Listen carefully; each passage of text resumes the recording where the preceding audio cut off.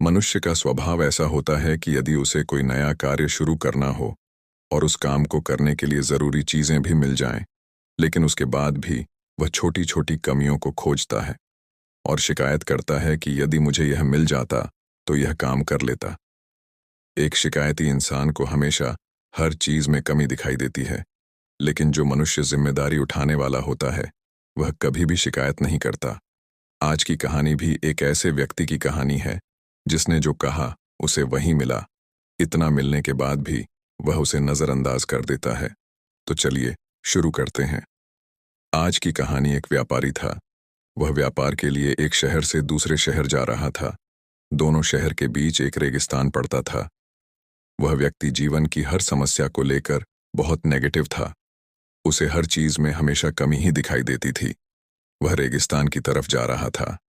चलते चलते वह बहुत थक गया और ऊपर देखकर कहने लगा, हे भगवान, तूने मुझे इस मरुस्थल में तो भेज दिया है, लेकिन मेरी हालत पर जरा तरस खाओ। यहाँ पर तो पानी तक नहीं है। आपने क्या जगह बनाई है? अगर मेरे पास बहुत सारा पानी होता तो मैं यहाँ हरियाली ही हरियाली कर देता। थोड़ी दूर जाने के बाद व्यक्ति को एक कुआं दिखा। कुएं को देखकर वह वहां रुक गया और उसने कुएं के अंदर झांक कर देखा तो वहां पर पानी था। पानी देखते ही वह फिर सोचने लगा, भगवान, आपने मुझे कुएं में पानी तो दिया, लेकिन मैं इसमें से पानी कैसे निकालूं? व्यक्ति 2 कदम और चला तो उसने देखा कुएं के उस तरफ बाल्टी और रस्सी थी।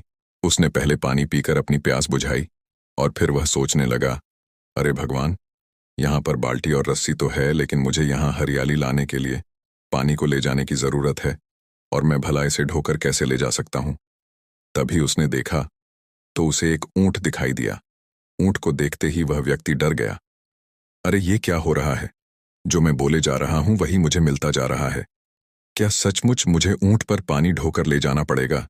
अब क्या मुझे सचमुच इस रेगिस्तान को हरा भरा बनाने की जिम्मेदारी उठानी होगी? उसने उस ऊंट को नजरअंदाज किया और ऐसे ही रेगिस्तान में चल पड़ा। चलते चलते वह बहुत थक गया, इसलिए कुछ देर के लिए उसे नींद आ गई और उसने एक सपना देखा। भगवान उसके सपने में आए और कहने लगे, तूने जो जो मुझसे कहा मैंने तुझे वही दिया, लेकिन फिर भी तू हमेशा नकारात्मक ही सोचता है। ऐसा सुनते ही उस व्यक्ति की नींद खुल गई। वह जल्द से जल्द उस रेगिस्तान से बाहर आना चाहता था। उसने ईश्वर की दी हुई हर चीज को नजरअंदाज किया ताकि वह जिम्मेदारी उठाने से बच सके। हम लोगों की जिंदगी भी कुछ ऐसी ही होती है। हम हमेशा जीवन से शिकायत करते रहते हैं कि अगर हम अच्छे स्कूल कॉलेज में पढ़े होते तो आज हम ऐसे ना होते। अगर हमारी कोई मदद करता तो आज हम आगे होते। हमारी इन्हीं शिकायतों के चलते ईश्वर जो हमें देता है हम उसे नजरअंदाज करते हैं। हमारी शिकायतों के पीछे छुपा हुआ राज यही रहता है कि हम अपनी जिम्मेदारियों से डरते हैं, क्योंकि जिम्मेदारी हमसे ढेर सारी मेहनत मांगती है और हम उस श्रम से बचना चाहते हैं।